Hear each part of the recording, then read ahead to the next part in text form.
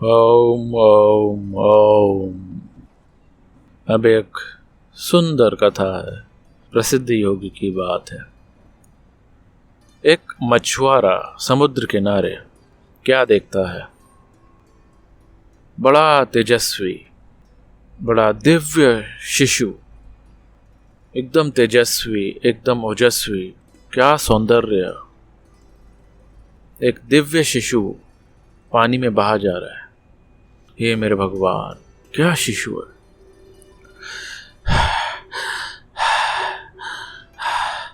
अरे भगवान, क्या बालक है, ऐसा बच्चा,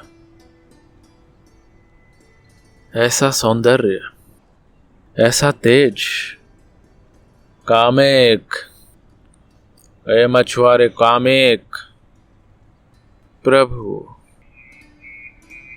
इस तेजस्वी दिव्य शिशु को अपना बालक समझकर घर ले जाऊं। प्रभु, मैं तुम्हारी शरण में। मुनि ने कहा, संतान नहीं होगा, मेरे लिए असंभव नहीं है कामिक। प्रभु, मेरा ही तेज ओज तुम मुझी को समझ कर ले जा।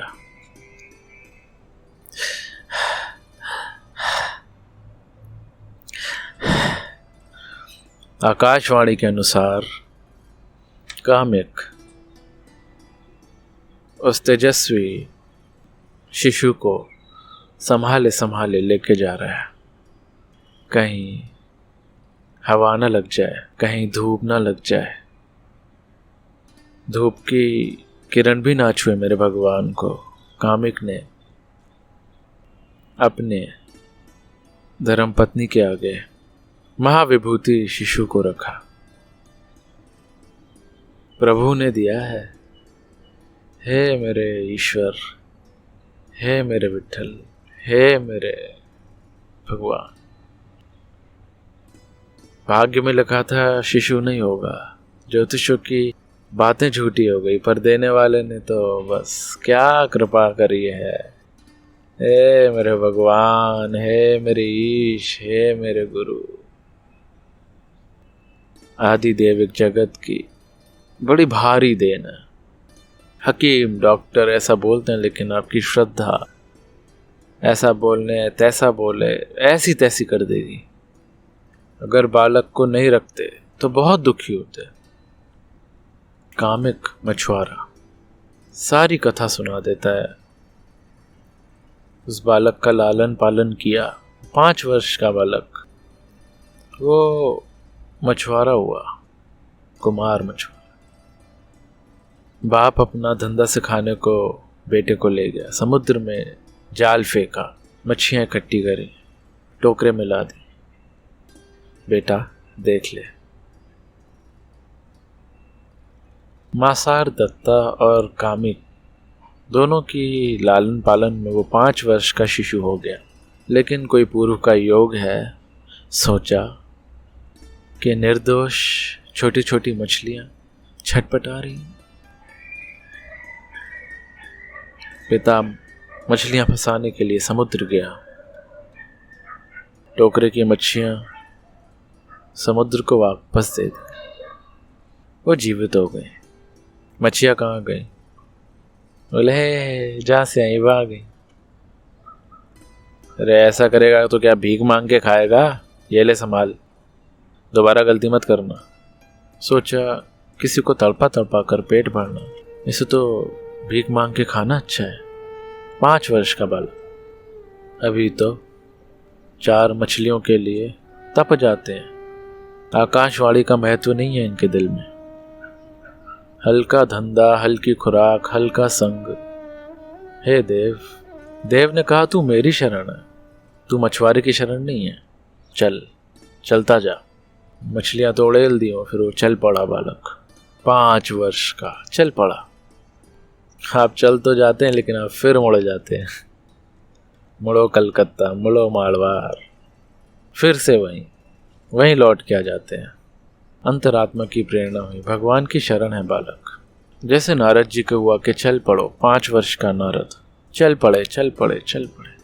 दासी पुत्र देवऋषि नारद हो गए।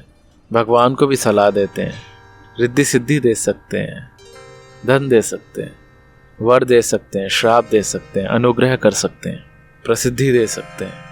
नलकुबर को श्राप दे दिया, पेड़ बनो, और कृष्ण आएंगे तब उनकी ओखली से छुएंगे तभी तुम्हारे सदगति होगी। और ऐसा ही करना पड़ा। प्रकृति को, कृष्ण को इतने समर्थ हो गए, अंतर्यामी की शरण ली। आप ईश्वर की शरण क्यों नहीं जाते? तरीका बता दिया, कृपा करके ईश्वर की शरण जाना अभी से पक्का कर लो। 1 घंटे में 5 मिनट ईश्वर की शरण जाओ, फिर 1 घंटे के शुरू में और 1 घंटे के अंत में तो 10 मिनट हो गया। फिर देखो आपके 50 मिनट कितने सुंदर जाते हैं। फिर तो आदत पड़ जाएगी हर 2 मिनट में ईश्वर की शरण जाने में। आपको मैंने शिशु के आगे मच्छियाँ ये वो कर रहे हैं, ईश्वर की शरण हो जाओ।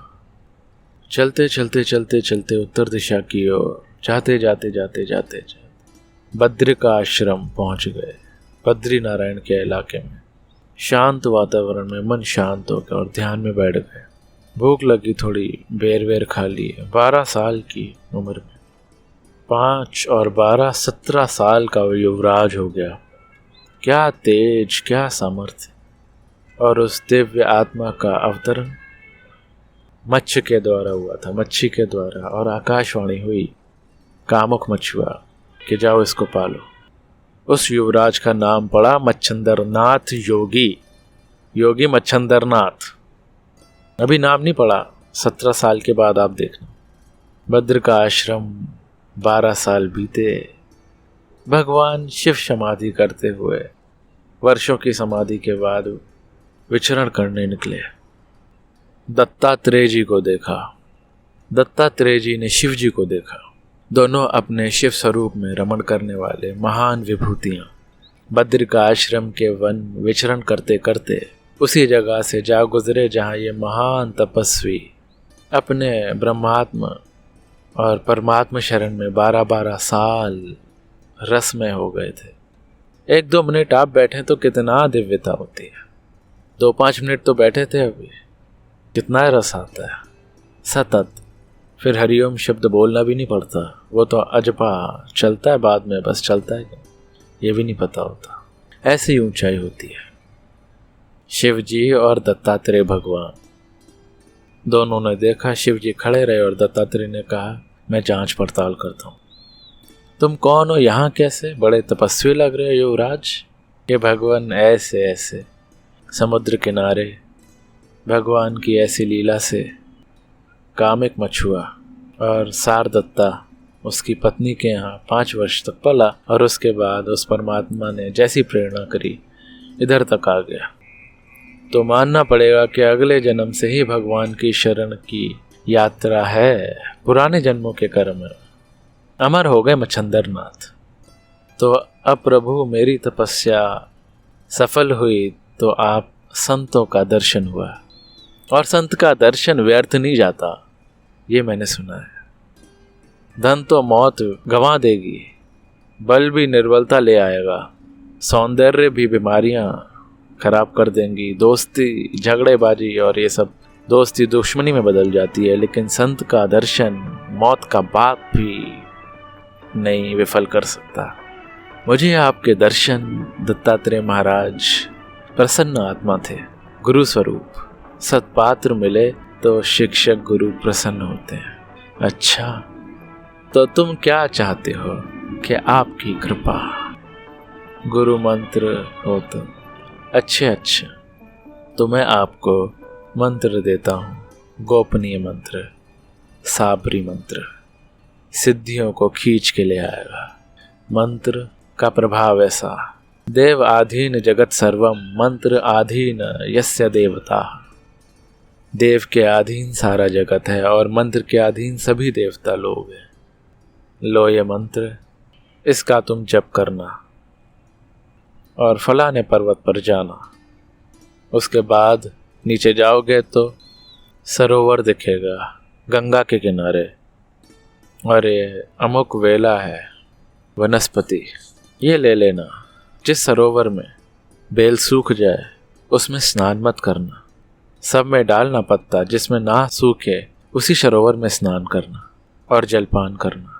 फिर उस जलपान के तेज से तुम मूर्छित से हो जाओगे, तो ये दूसरा मंत्र देता हूँ वो पढ़ना, तो मूर्छा दूर हो जाएगी। मंत्र का देव सूर्य नारायण तुम्हारे आगे, ये जो सूर्य का तपा हुआ गोला वो नहीं, उसका अधिष्ठाता देव, और तुम्हारे मंत्र सिद्धि का सबका आशीर्वाद देगा, वो प्रकट होगा।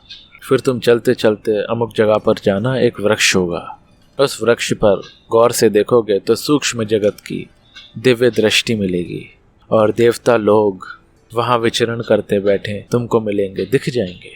लेकिन तुमको वरदान सब लोग देते हैं, सहज में ऐसा नहीं है, तुम जाना। बस उनके दर्शन करके फिर महेंद्र पर्वत की तरफ चले जाना, और माँ का ये मंत्र है उसे जपना, और माता दर्शन देगी, और माँ तुम्हारे को आगे का रास्ता बताएगी। बड़े रहस्य हैं आदि देविक जगत के भी, सृष्टि में सृष्टियाँ हैं। आपका ये 100 करोड़ 200 करोड़ 65,000 करोड़ कोई माने नहीं रखता योग सामर्थ्य और योग जगत के आगे। राष्ट्रपति पीएम होना है कोई मायने नहीं रखता, ऐसा है आपका आत्मा, इतना महान है। आप ठीक रो में ख़त्म कर रहे हो उसको, हार्ड मास के शरीर में ही अपने को उलझा के रख देते हैं। नहीं तो आपने भी वही योग्यता है, आटा दाल ये सब, नौकरी, महंगाई, ब्याज भरना, लेना देना, इसी में बेवकूफ़ लोग अपनी ज़िंदगी पूरी कर देते हैं। खा लिया है, खा ली गए, और भी पाप वासना लेकर चले गए, कर्जा लेकर चले गए, चिंता लेकर चले गए। आए थे ईश्वर से मिलने के लिए और लेके मुसीबत लेके चले गए। धिक्कार है उनकी ज़िंदगी पर जो ईश्वर को छोड़कर इकट्ठा कर कर कर पाप लेकर चले गए। वासना इकट्ठी करी, अहंकार खट्टा किया, शत्रु इकट्ठे किए, मित्र इकट्ठे किए, अंत में शरीर भी साथ में नहीं गया। पानी के रा बुलबुला ये मानस की जात, देखत ही छुप जात है, ज्यों तारा प्रभात। हरिओ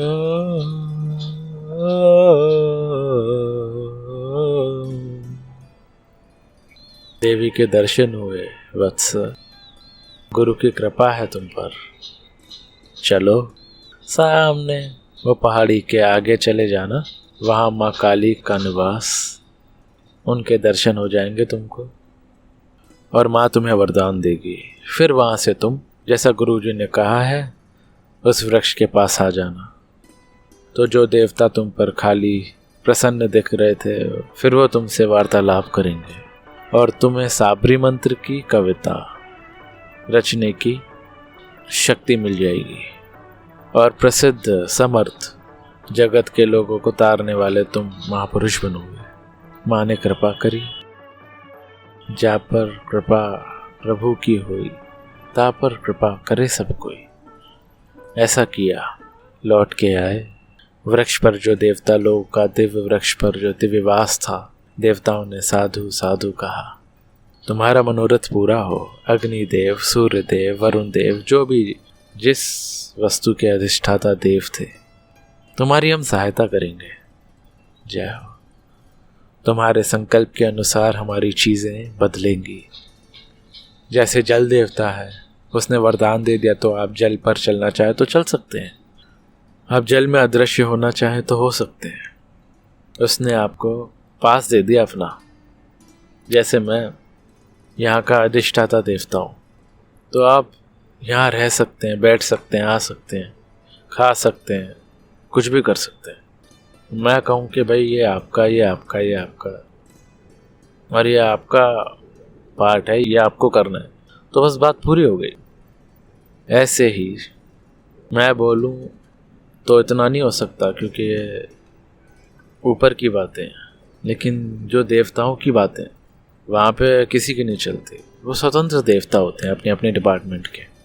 खैर, इस प्रकार की सिद्धाइयों का आशीर्वाद लेकर घूमते घामते बंगाल में धारा नगरी पंडित सूर्यदयाल के द्वार पहुँचे। अलख निरंजन चिमटा बजाया। उनकी पत्नी साध्वी थी, पतिपरायण। साधु का नाम सुनकर दीक्षा लेकर आई, लेकिन बाई के चेहरे पर उदासी थी। साधु भिक्षा ले और बाई का दुख उदासी ना हरे। ऐसा साधु तो थे नहीं, वो तो भरपूर थे खजाने के धनी। सम्राट तुम्हारे घर रोटी खाए और फिर तुम प्रॉब्लम में रहो तो फिर ये संभव नहीं। माता, तेरे चेहरे पर भारी दुख है, निराशा है। अगर संकोच ना करो तो मुझे बता दो। बोले महाराज क्या करूं, मैं बांझ हूं, बांझ। हकीम कहते हैं, डॉक्टर बोलते हैं संतान नहीं होगी, और हमने सब करके देखा है। ऐसा करके उस माँ की आंखें भर आई। बोले माता, ईश्वर की शरण जाओ, ईश्वर सब कुछ ठीक करेंगे। झोले में से भभूत निकाली और रख लो। मासिक धर्म का 5वें दिन का स्नान करके फिर भभूत फांक लेना, दिव्य तेजस्वी बालक होगा। और 12 साल के बाद घूमता हुआ मैं आऊँगा, उस बालक को अपना चेला बनाऊंगा और वो भी जगत का उद्धार करेगा। यदि वो संकल्प चलाए, भभूत भी बालक हो जाए। लेकिन आदमी का दुर्भाग्य भी बड़ा कमाल का होता है। भभूत लेके उसने रख दिया अलमारी में। साधु तो गए।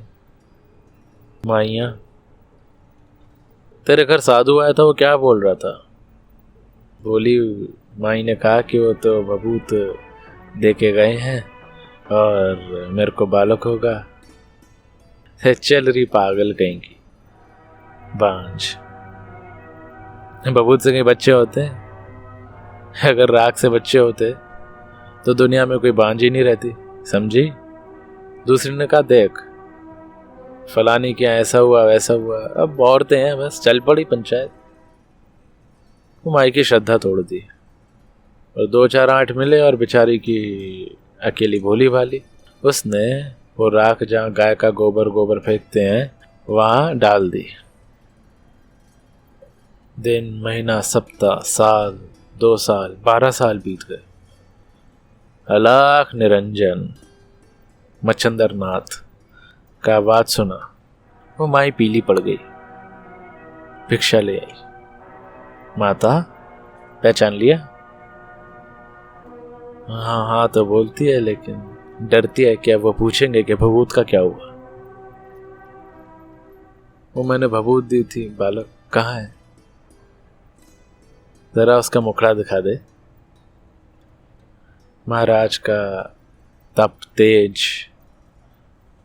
माई झूठ ना बोल सकी और सारा रोते रोते हाल सुना दिया।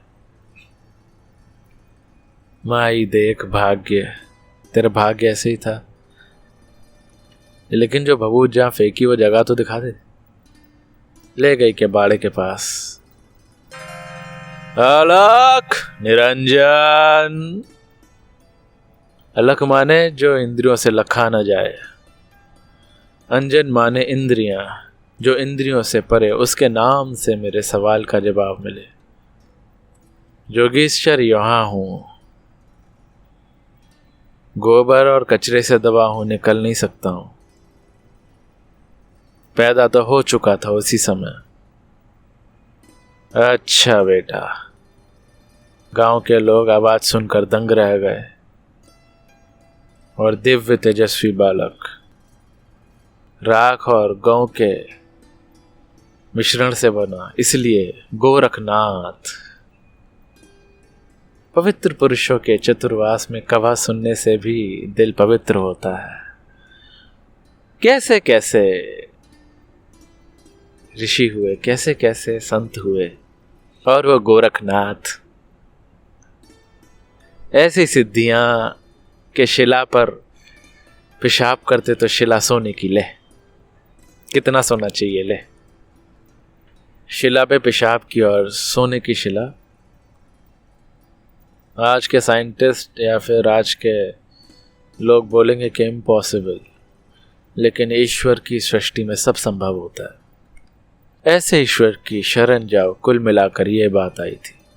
आप ईश्वर की कृपा का, ईश्वर के सामर्थ्य का, ईश्वर के आनंद का और ईश्वर के माधुर्य का फायदा लेने के लिए मनुष्य तन में आए हैं।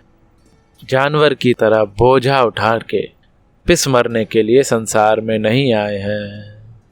मच्छंदर नाथ के मन में हुआ कि 12-12 साल बीत गए, जाऊं गिरनार, अपने दत्तात्रेय गुरु का दर्शन करूं।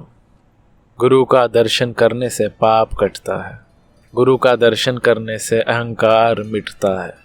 तो ऐसे गुरु थे दत्तात्रेय जी, मच्छंदर नाथ। उन गुरु के दर्शन करने गए गिरनार में।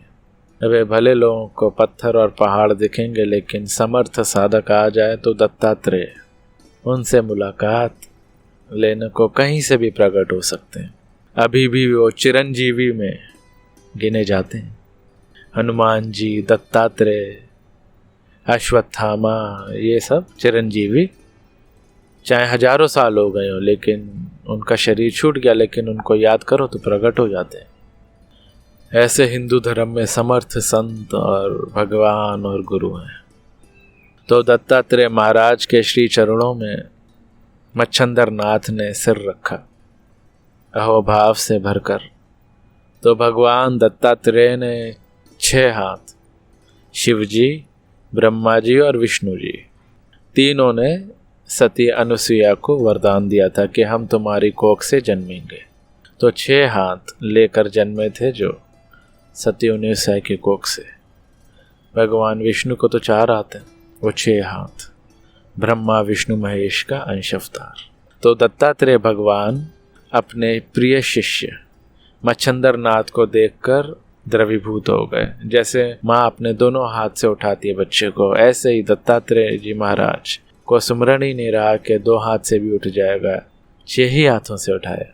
कैसा सत शिष्य मच्छंदर नाथ, गोरखनाथ के गुरु, और कैसा दत्तात्रेय भगवान की सहजता, सरलता, शिष्य का भी संयम गजब का, आज्ञा पालन गजब की। शिष्य कहीं का नौकर नहीं था, शिष्य कोई बाहर की डिग्री वाला नहीं था, शिष्य तो गुरु की डिग्री वाला था। जय श्री कृष्ण। इसीलिए कभी भी शिष्यों को अपने अधिकार के विषय में मच्छंदर नाथ, गोरखनाथ या दूसरे शिष्यों की तुलना करे तो फिर अपने को देखे जरा। राम राम। तो 6 हाथों से गुरुजी ने उठाया। तो मच्छंदर नाथ ने आप बीती कह दी कि ऐसे ऐसे हनुमान जी से जरा भिड़ना हो गया था, तो फिर हमने बबूत फेंक के स्थगित मंत्र कर दिया। तो हनुमान जी जो पहाड़ लेकर आए थे वहीं रुक गए। तो फिर पवन सुत थे, अपने पिता का सुमरन किया। तो पवन देवता ने कहा कि ये मच्छंदर नाथ को तो सभी ने वरदान दे रखा है, आशीर्वाद है, बेटा इनसे समझौता करो। तो हनुमान जी का हमारा समझौता हुआ और हनुमान जी राज्य में जाने को कहा। हनुमान जी मित्र थे, तो वहाँ 12 साल रहे और इस तरह से हमारे से बहुत साधारण जीवन जिया गया। तब भगवान दत्तात्रेय जी ने कहा कि मच्छंदर नाथ बीते हुए का शोक न करे और परोपकार आए, श्रद्धाम विभूदया। संतों की जो विभूति होती है, जो वैभव होता है, साकार वैभव, शरीर, संतों की श्री तो अंदर होता है, लेकिन वैभव तो प्रकट हो जाता है सिद्धियों में, शरीर। तो परोपकार आए, शताम विभूतया। तो संतों की विभूतियाँ दूसरों के भलाई के लिए होती है, ठीक है ना। लेकिन अब अपना भविष्य सुधार लो। जो हो गया, लेकिन अपना अभी भविष्य सुधारो, अपना भविष्य महान बनाओ। 3 दिन रहे मच्छंदर नाथ गिरनार में। फिर आज्ञा ली कि आपकी क्या आज्ञा है। बोले दीन दुखियों की सेवा करूं और नाथ संप्रदाय का, साधन संप्रदाय का, जिसमें गरीब भी माला कर सके, जप कर सके, साधना करके तृप्ति, शांति और बुद्धि शक्ति का विकास कर सके, ऐसे संप्रदाय का प्रचार करो। और तुम्हारे पास तो शक्तियां हैं, सूझबूझ है, सब कुछ है तुम्हारे पास, ईश्वर तुम्हारे साथ। बोले आप ही हमारे साकार निराकार ईश्वर हो भगवान दत्तात्रेय। विजयी भवा। चलते चलते, यात्रा करते करते मच्छंदर नाथ पहुँचे तीर्थ स्थान में। नाम मैं बता देता हूँ। देवयोग से गोरखनाथ भी घूमते घामते वहीं इलाहाबाद प्रयागराज तीर्थ में पहुँचे। तो गोरखनाथ नदी के स्नान करते करते दोनों योगी अपना ध्यान समाधि में नियम में बैठे थे, तो स्नान करके नियम करने वाले को शारीरिक शीतलता और वातावरण की सात्विकता का फायदा मिलता है।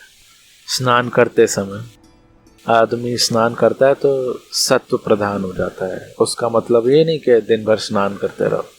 स्नान करके तुरंत, हमारे गुरुजी कोई प्रवृत्ति नहीं करते थे, और हम भी हो सके तो स्नान करके साधनों के रूम में चले जाते। अभी भी स्नान करके फिर बाहर नहीं जाते जल्दी से, किसी कारण से, अगर वरना नहीं।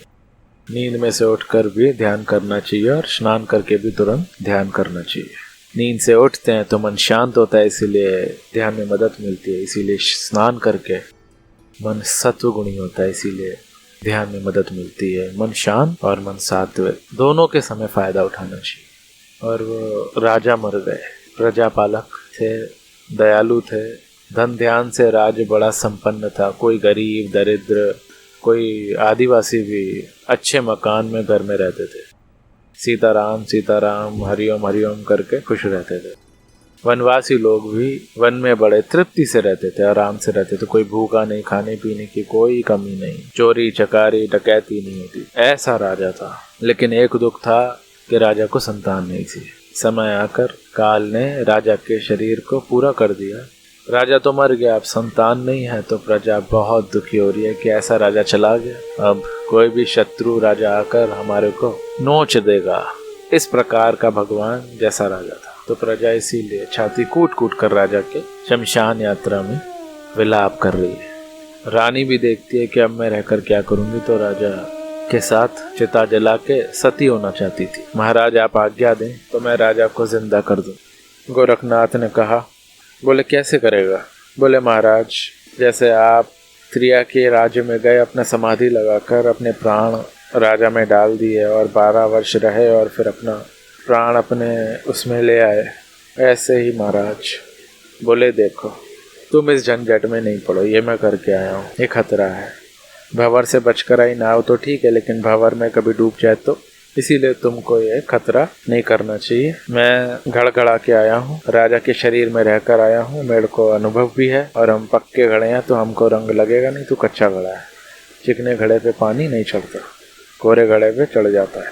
तो तू मत ये सब कर बेटा, मैं कर लूंगा, लेकिन शर्त है कि मेरे शरीर की सुरक्षा तू करेगा। गोरखनाथ निकल पड़े सुरक्षित स्थान देखने के लिए। ढूंढते ढूंढते उसी नगर के बाहर एक शांत जंगल, वनवासी लोग सुखी रहने वाले हैं। ऐसा नहीं कि पैंट शर्ट पहन लिया और अंदर के बिल्कुल टेंशन और निस्तेज, नहीं, धोती पहनते, अपना देसी कपड़े पहनते, लेकिन हट्टे कट्टे, दूध वूध, वनवासियों के पास भैंस गाय, आदिवासी मानो बस बड़े संपन्न सुखी रहते थे। जमीन भी बहुत, और बड़े धर्मात्मा, दारू वारू नहीं पीते थे, दाढ़ी वाड़ी ब्रांडी नहीं पीते। राजा की कृपा से बड़ा ज्ञान ध्यान सत्संग था, बड़े हट्टे कट्टे सुखी रहते थे। तो एक शिव मंदिर था, एकांत में था, और वनवासी आदिवासी सब अच्छे लोग थे। तो मंदिर के पास में कमरा था, कमरे में अंदर एक भंवरा भी था। गोरखनाथ समझ गए कि भंवरा बड़े काम में आएगा। गुरुजी को आके बताया और गुरुजी भी आए, मच्छंदर नाथ। उसने घर तल देखा, बोले अच्छा मैं यहाँ बैठता हूँ, समाधि लगाता हूँ, ये शरीर यहाँ रखूँगा और मैं सूक्ष्म शरीर से मृतक राजा के अंदर घुसूंगा। मृतक राजा जिंदा हो जाएगा, लेकिन मेरा शरीर मरा रहेगा, तो इसको संभालने की तुझ जिम्मेदारी लेना। गोरखनाथ ने कहा गुरुजी ठीक है, तो यहाँ का तो और कोई है नहीं, तू पुजारन है, तू उसको मैं समझा दूंगा। तो पुजारन को विश्वास में ले लिया, और बाबा जी कहते हैं कि तल में रख दे तो क्या बात है, मैं आती हूँ आरती करके चली जाती, अच्छी बात है। तो राजा जीवित हो गए। और मच्छंदर नाथ, गोरखनाथ का सुना है ना, गोरखनाथ का नाम सुना है ना। गोरखनाथ का गुरु मच्छंदर नाथ समाधि लगा के अपना सूक्ष्म शरीर श्वास के द्वारा बाहर निकाल के उसके अंदर घुसे, और राजा हिलने लगा। पहले तो लोग घबराए कि ये क्या हो गया, कि भूत आ गया, भूत आ गया। फिर धीरे धीरे देखा कि बड़ा शांत, तो ये फिर लौट आए, तो जय जयकार हो गया। खुशी का अंत न रहा। रानी ने मनोवांछित गरीबों को, ब्राह्मणों को, साधुओं को खूब गाय दी, दान दिया, गहने दिए, हीरे जवाहरात, जमीन जागीर खूब दिया। अब मच्छंदर नाथ राजा के शरीर में, रानी तो राजा की नए जीवन से बड़ी खुश रहती थी। मच्छंदर नाथ ने निमित्त बनाकर राज्य के बाहर के एरिया में घूमने की जगह पे वो मंदिर में चले गए। तो गोरखनाथ तो अलग से लेकर घर तल में चले गए। देखा कि बेटा ठीक है, 3 महीने के बाद 3 महीने हुए मेरे को राजा बने। मैं राज्य का कारोबार तो पहले ही जानता था, इसीलिए रानी को कोई शक नहीं है। ये रहस्य रखना, अगर रहस्य खुल गया तो रानी को विक्षेप हो जाएगा। और पुजारन जानती है, दूसरा कोई जानता तो नहीं है? बोले नहीं। बोले चल। फिर घर तल से नीचे ऊपर आए, रानी के साथ रथ में बैठकर मच्छंदर नाथ चले गए। गोरखनाथ सोचने लगे कि अभी तो राजा साहब के राज्य है और इस एरिया में तो वैसे भी सुरक्षा रहेगी, और ये माई तो विश्वसनीय है। अब मैं खाली शरीर के आगे चौकी कब तक करता रहूँगा? तो मुझे जो काम सौंपा गया है प्रचार का, लोगों को धर्म के रास्ते लगाना और नाथ संप्रदाय की स्थापना करना, तो गुरुजी इसके संपर्क में आकर गुरुजी से आज्ञा ली। तो गुरुजी ने कहा अच्छा, मतलब राजा साहब ने कहा अच्छी बात है, आप जाओ महाराज, तुम यात्रा करने जा सकते हो, और वो माई को ज़रा विश्वास में रख के जाना। अब क्या हुआ कि कुछ सालों बीते तो एक बार रानी उसी मंदिर में आई दर्शन करने को कि भोलेनाथ तुमने हमें जीवन दिया। उसी वही मंदिर शिव जी का इष्ट देव मानते। फूट फूट के रोने लगी कि तुम ही ने मेरे सुहाग को, यमदूत ने तो सुहाग छीना, लेकिन काल के काल महाकाल भोलेनाथ मेरा सुहाग तुमने मेरे को लौटा दिया। मैं आपकी महिमा क्या गाऊं, मेरे शंभ सदाशिव भोलेनाथ। ऐसे करके रानी गदगद हो गई, रो पड़ी। रानी का गदगद ने और रानी का रोना हुआ देखकर पुजारन हंस पड़ी। तो रानी तो कम नहीं थी, बुद्धिमान थी। तो पुजारन की हंसी का कारण रानी ने जानना चाहा। वहाँ मच्छंदर नाथ राजा बने हुए हैं, बात खोलूंगी तो राजदंड मिलेगा, नहीं खोलती हूँ तो रानी परेशान हो जाएगी, गुस्सा हो जाएगी। रानी ने बहुत पूछा, बोले कुछ नहीं माता, कुछ नहीं माता देवी, कुछ नहीं। बोली सच बता, नहीं तो मैं तुझे ऐसा कर दूंगी कि तू कहीं की नहीं रहेगी, मैं तुझे तबाह कर दूंगी, मेरा नाम भी ये है। तो घबराई और सारी बात बता दी कि जो राजा साहब हैं उनका असली स्वरूप है मच्छंदर नाथ योगी, गोरखनाथ के गुरुजी। तुम्हारे पति के प्राण निकल गए थे और शमशान में तुम सती बनने के लिए 16 श्रृंगार भी कर चुकी थी, हम भी रो रहे थे। तो फिर इनका ही श्वास निकल के राजा में प्रवेश हुआ और ये यहाँ बैठे हैं समाधि लगाकर। मूल पुरुष जो भी तुम्हारे पति हैं उनका पहले का शरीर संत बाबा का है मच्छंदर नाथ, और ये मंदिर के पास वाले कमरे में जहाँ भुवेरा है उस कमरे में बैठे हैं समाधि। रानी ने कहा चल दिखा, तो दिखाया। तो रानी को पुजारन की बात पे पक्का विश्वास हो गया। रानी ने रहस्य रखा, किसी को बताया नहीं, लेकिन मन में हुआ कि ऐसा पति समर्थ जोगी, अगर इसको मौज आई और फिर वापस चले गए, अभी तो 3रा महीना है, 4था महीना है, 6ठा महीना है, ऐसे करते करते बालक का जन्म हुआ। बालक पर राजा साहब का स्नेह भी था। बोले बच्चा हो गया, चले जाए, रमता जोगी है। तो क्या करूं सोचते सोचते अपनी विश्वसनीय राजा साहब को 5 वर्ष हुए हैं, अपनी विश्वसनीय महिलाओं को, दासियों को बेचकर उस जोगी के शरीर को गुम कर दूं। तो उन दासियों ने क्या करा, योगी के शरीर को लेकर टुकड़े टुकड़े कर डाले, फेंक दिया। अब वो योगी ऐसे वैसे नहीं थे कि शंकर भगवान और दत्तात्रेय ने मिलकर उनको दीक्षा शिक्षा दी थी। तो पार्वती का तो पुत्र था। खरगोश के बालक को आप सताएं तो फिर खरगोशी के दिल में परेशानी होगी। मनुष्य के बच्चे को आप अगर सताओ तो उसकी माँ के दिल में भले दूर बैठी हो, लेकिन उस समय अपने लाल के लिए धड़कन हो जाएगी। ऐसे ही माँ पार्वती के हृदय में कुछ अपने प्रिय पुत्र पर अनहोनी हो रही है। तो पार्वती ने ध्यान कर देखा, तो देखा कि मेरे पुत्र को टुकड़े टुकड़े करके मच्छंदर नाथ शिष्य पुत्र के बराबर है। तो टुकड़े करके रानी के क्रूर दासियों ने बाहर फेंक दिया। शिव जी को पता चल गया, शिव जी तो समर्थ के समर्थ हैं, शिव जी ने कहा, पार्वती उनके टुकड़ों को यहाँ बुला देते हैं और अपन यहाँ सुरक्षित रखते हैं। 12 साल के लिए राजा के शरीर में हैं और फिर वो काम करके अपने आप लौट कर आएंगे तो उनके शरीर के टुकड़े संभाल के रखेंगे, जब ज़रूरत पड़ेगी तो हम दे देंगे और उनके प्राण उसमें डाल देंगे। लेकिन उसकी सुरक्षा कौन करे? कथा कहती है कि काल भैरव को काम सौंपा कि तुम और तुम्हारे गण इस मच्छंदर नाथ के शरीर के टुकड़ों की खूब हिफाजत रखे, मेरी आज्ञा है। अब क्या हुआ, काल भैरव ने अपने अनुचरों को कहा कि अनुचर तो बड़े खुश हुए कि इन्होंने तो हमको हराया था, अच्छा हुआ, अब इनकी रक्षा क्या करें, अब इनको नष्ट करेंगे। तो काल भैरव ने कहा कि तुम कितने गए बीते हो, शिव जी के दर्शन करते हो, मेरे अनुचर हो, मतलब शिव जी राजा हैं और ये उनके अधिकारी हैं, तो तुम कैसे अधिकारी हो, कितना वैर रखते हो। जिसके शरीर के टुकड़े हो गए उससे बदला लेने की दुष्ट भावना। तो शिव जी के यहाँ होने के बाद भी आत्मज्ञान के बिना राग द्वेष नहीं जाता है। वैकुंठ में जाने के बाद भी तो काल भैरव ने वीरभद्र को सौंपा और वीरभद्र ने बुरी तरह से डांटा सबको, तो सब बाज आ गए कि हम इनके रक्षा में रहेंगे। अब महाराज ऐसे 5 साल तो हो गए, बाकी के 7 वर्ष बिताना है।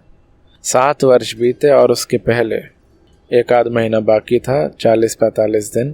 तो जोगी गोरखनाथ जोगी गोरखनाथ का मन हुआ कि अब गुरुजी 12 वर्ष पूरा करके अपने पूर्व शरीर में आएंगे, अब जाना चाहिए। तो सारे अपने बाकी के कार्यक्रम रद्द करके महायोगी अलख निरंजन करते हुए लौटे तो क्या माई पुजारन से पूछे कि गुरुजी का शरीर तो सुरक्षित है। तो पुजारन अब क्या बोले, घबरा गई, बोलने क्या बात हुआ, क्या कुछ अनहोनी हुई? राजा साहब तो वही हैं? बोले हैं। बोले मेरे गुरुदेव के शरीर का क्या हुआ, जल्दी बता। तो डर के मारे वो बता नहीं पाई।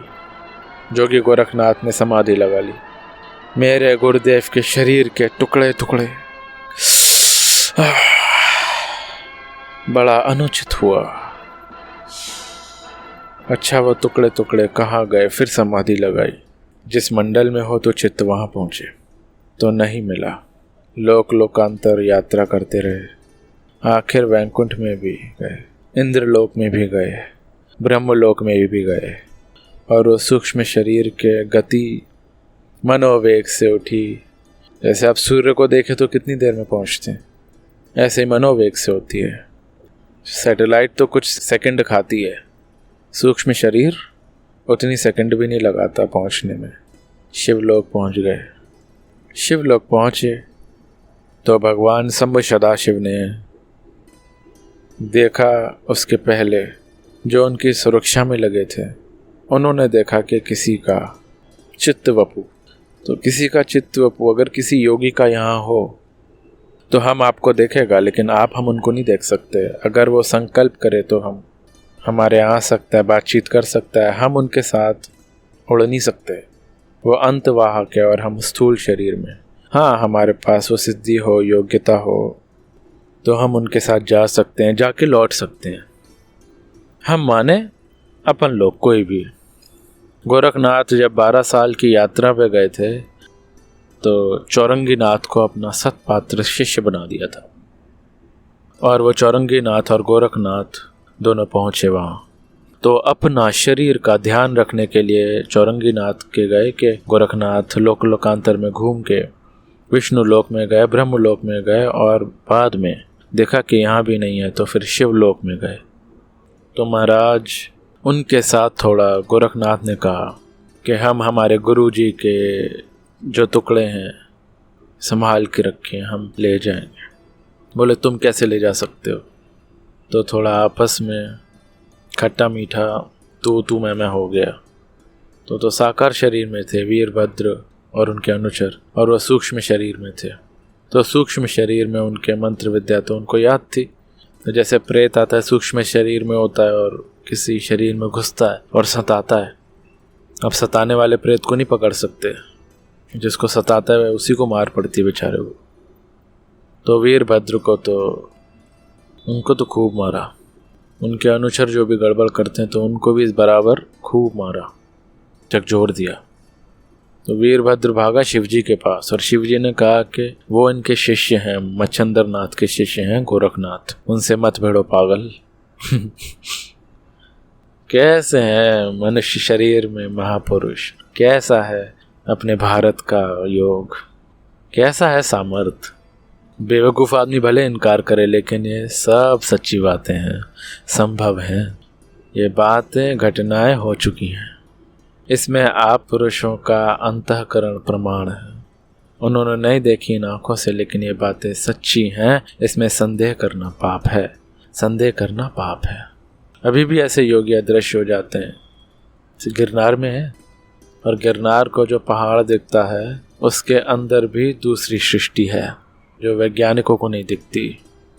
कोई सत्पात्र हो उसको ज़रूर दिखेगा, वो अंदर घुस सकता है।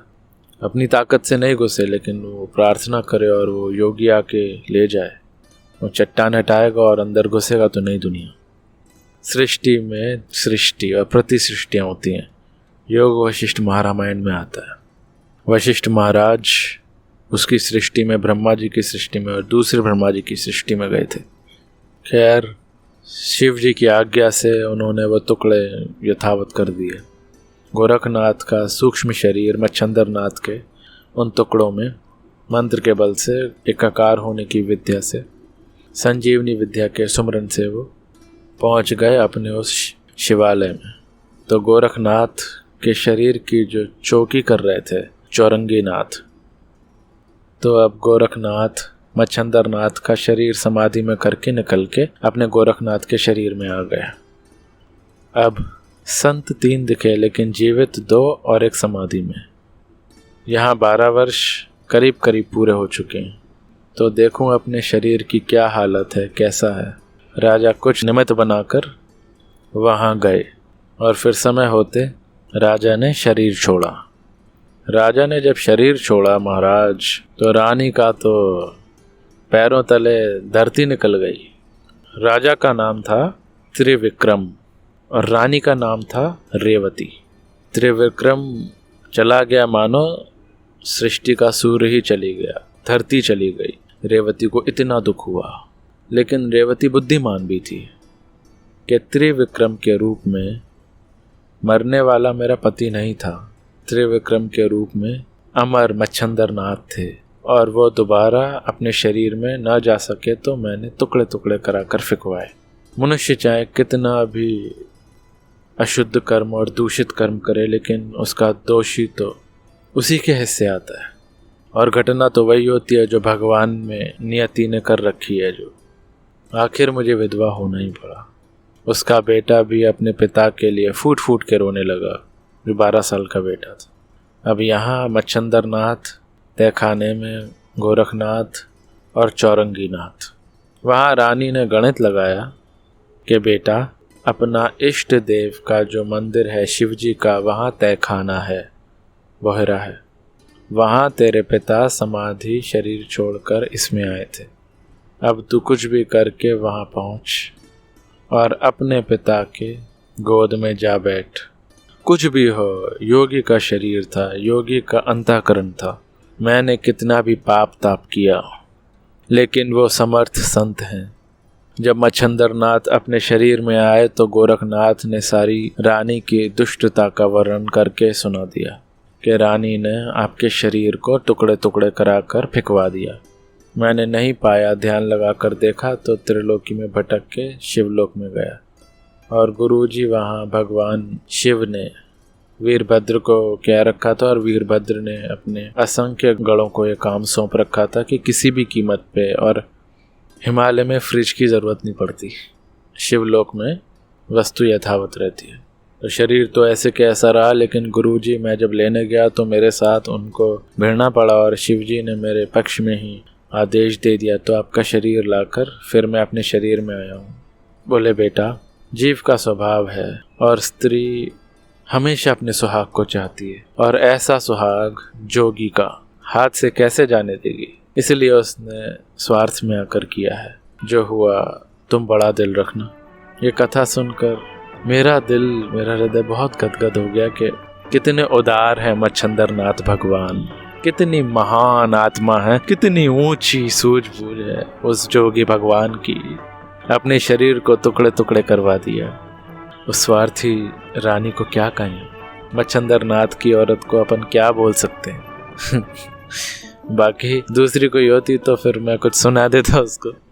तो राजा त्रिविक्रम, प्रयागराज की ये कथा है, मैं बता रहा हूँ। त्रिविक्रम का राज चलता था, आप हिस्ट्री में देख सकते हैं। और उसकी रानी का नाम था रेवती। ये तब की घटना है। राजा का बेटा, रेवती का पुत्र, त्रिविक्रम का पुत्र पहुंचा वहां। अब 3 जोगी हैं। वास्तव में पिता कौन सा?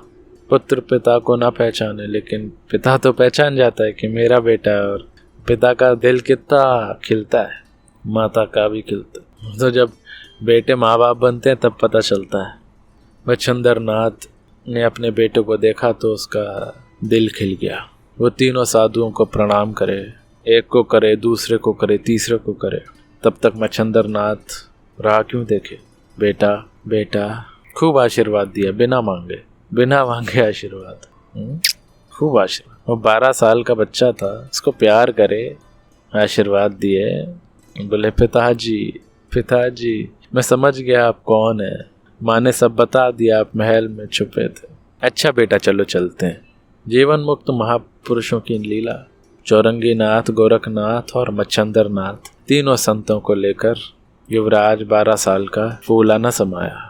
पिता को तो प्रणाम करे। पिता ने कहा बेटा ये जो है ना मेरे शिष्य, ये तेरे भाई हैं। और शिष्यों को बोला ये देख चौरंगीनाथ, गोरखनाथ, ये तुम्हारा भाई, इसका ख्याल रखना। इसको कोई राजा कभी भी घेर सकता है, तो मैं ना हूं तो तुम लोग इसकी रक्षा में रहना। तो ज़रा तुम ख्याल रखना, इसके ऊपर विपत्ति आए तो तुम इसके पक्ष में डटे रहना, खड़े रहना। जो आज्ञा गुरुजी। कुछ समय तक प्रयाग के राजा, त्रिविक्रम नहीं लेकिन ये महाराजा प्रयाग के राजा रहे। फिर अटका जोगी फटका छाला, आगे वो धर्म प्रचार की यात्रा में निकल पड़े।